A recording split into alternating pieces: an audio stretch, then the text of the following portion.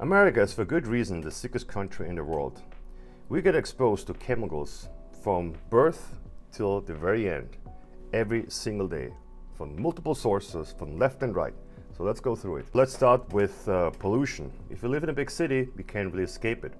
So we get exposed to nitrogen dioxide, sulfur dioxide, carbon monoxide, and then also some organic compounds that are harmful, and also ground level zero ozone. And some of the health conditions we get from those pollutions is respiratory issues such as asthma, bronchitis, and COPD.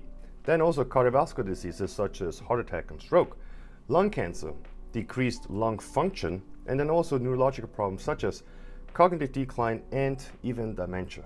It's cleaning supply. We don't think about this, right? But when you clean your desk or you clean your car and you spray some sort of chemical on the table to clean, you inhale that. That's also toxins and chemicals you get exposed to.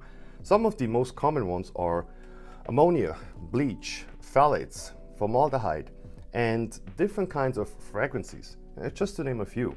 And these are very harmful and have health complications.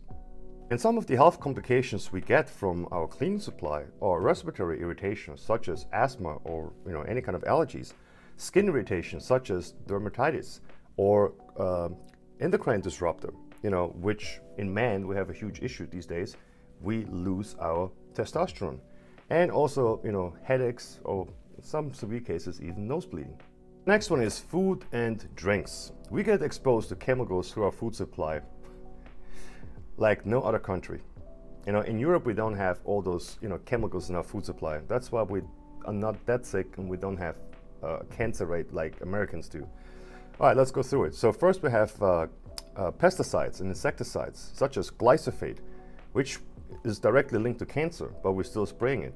Then we have preservatives such as sodium benzoate or nitrates, which you can find in a lot of the processed meat and stuff. And then we use artificial sweeteners such as aspartame and sucralose, which kills the gut bacteria. Aspartame also was linked to neurological issues and even some cancer. And then artificial colors, which we use to color the salmon or other food supplies, such as red 40 and yellow 5. I know, weird names, but that's how they call it. And then PPA, which is a huge issue because those nanoplastic particles killing our testosterone, especially in men. I think from the 60s till now, it dropped by 68%, which is scary because there's not going to be any man left in the next 50 years if it continues on this trajectory. And then also heavy metals. Food is full of lead, mercury, and arsenic. I mean, I don't know what to eat no more, right? And health complications of these preservatives and pesticides in our food supply and heavy metals. Endocrine disruption, which we already just said, it lowers your testosterone, increases estrogen. And then also obesity, you eat something in Europe, you're losing weight, and you eat the same thing here and you start gaining weight. I heard that many times from clients. And then also metabolic disorder, such as diabetes, very common because we load everything with sugar. Cancer, especially colon cancer, breast cancer, neurological disease such as ADHD or anxiety, and also very common these days, reproductive issues. The next one is medications, which is packed with chemicals too. And some of the chemicals that really mess with our health, you can find in over-the-counter medication, such as ibuprofen and aspirin. And then some also prescription drugs, such as the opioids, morphine, oxycontin, antibiotics, especially penicillin. And then we have corticosteroids, which is used like candies. And then also a proton inhibitor pump. And also psychiatric drugs such as the SSRIs, and the list goes on. And we get exposed to chemicals every single day. If God wanted us to have chemicals in our food supply, trust me, it would grow in trees, but it's not.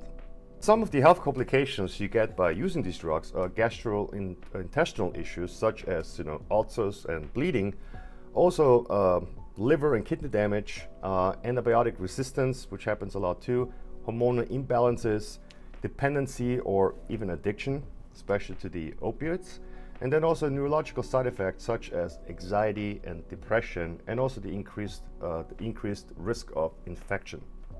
just to name a few. And the last one for today is vaccines. That's something a lot of people don't like to talk about, but I'll do it anyways. And yes, vaccines are also full of chemicals. We have aluminum packed in vaccines, for the most part, way the legal amount which one person should have per day. And then also formaldehyde, and then mercury-based preservatives, to increase the shelf life, and all the polysorb 80, which is also like one of those chemicals you find in vaccines. Obviously, I'm talking about vaccines and not gene therapy, such as the mRNA vaccines, because they're not real vaccines.